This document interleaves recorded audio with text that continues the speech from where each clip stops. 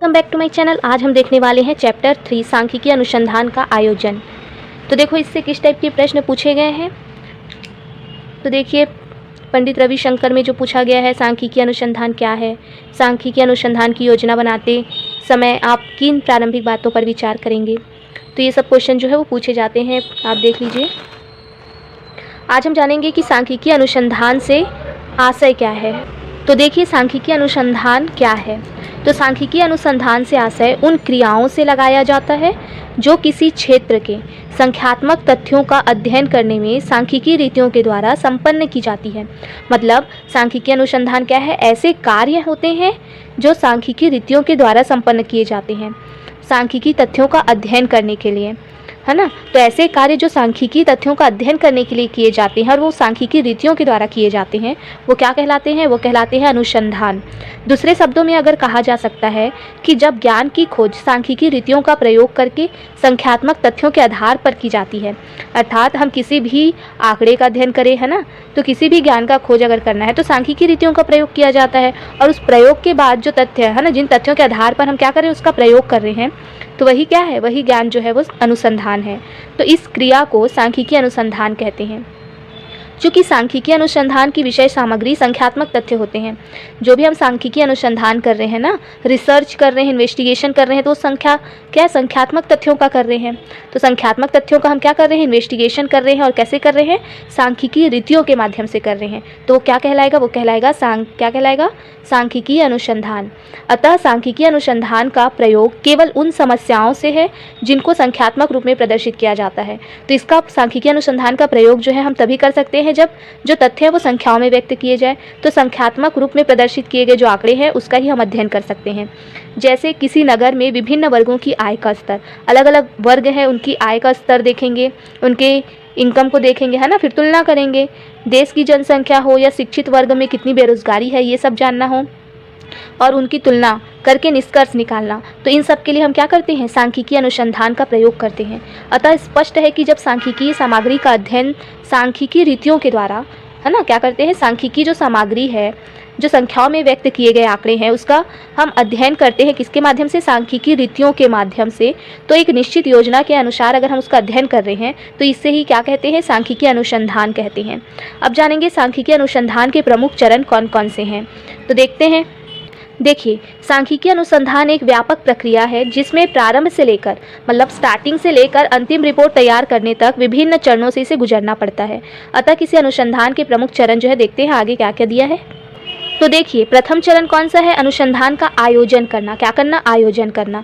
तो सांख्यिकी अनुसंधान के प्रथम चरण में अगर हम देखें तो अनुसंधान के उद्देश्य हो गए, उसके क्षेत्र, उसकी प्रकृति, सूचना के स्रोत, इकाइयों का निर्धारण, संकलन, रीति एवं समय निर्धारण कर लिया जाता है। तो ये अनुसंधान का पूरी तरह से आयोजन किया जाता है कि किस तरीके से अनुसंधान करना है। उसके बाद क्या होते हैं, समयांकों का संकलन, जो आंकड़े हैं उसको हम एकत्रित करते हैं, है ना। सांख्यिकी अनुसंधान जो है द्वितीय चरण में क्या होता है, अनुसंधान योजना बना लेने के बाद, पहले तो हम अनुसंधान का योजना बनाते हैं, उसके बाद क्या करते हैं, समयांकों के संग्रहण की विभिन्न विधियों का विवेचन करके, मतलब आंकड़ों को एकत्रित करने की जो विधियाँ होती है उसको देखा जाता है। उसके बाद उचित रीति द्वारा समयांकों को एकत्र किया जाता है। मतलब बहुत सारी विधियां होती है, उनमें से उचित जो है, सर्वश्रेष्ठ जो विधि है उसका आप क्या करेंगे, चयन करेंगे और उसके बाद समयांकों का संग्रहण करेंगे। अब देखो तीसरा में है प्रश्नावली व अनुसूची को तैयार करना। तो समयांकों का संकलन कर लेने के बाद हम क्या करते हैं, सही सूचना प्राप्त हो सके इस दृष्टि से, मतलब अगर क्या कर रहे हैं, प्रश्नावली और अनुसूची इसलिए तैयार की जाती है ताकि हम सही सूचनाओं को प्राप्त कर पाएँ। और दृष्टि से सूचना प्रदान करने वाले से पूछे जाने वाले प्रश्नों की सूची तैयार कर ली जाती है ना। प्रश्न लिखे जाते हैं और उसमें उसके उत्तर भी पूछे जाते हैं लोगों से। और क्या, देखो संकलित समयांकों का संपादन। तो समयांकों को एकत्र कर लेने के बाद समयांकों का परीक्षण किया जाता है और उसमें कोई अशुद्धि हो तो उसे दूर करके समयांकों में यथोचित संशोधन किए जाते हैं, मतलब जितना संभव उतना उसमें संशोधन किया जाता है। पांचवा है समयांकों का वर्गीकरण एवं सारणीकरण।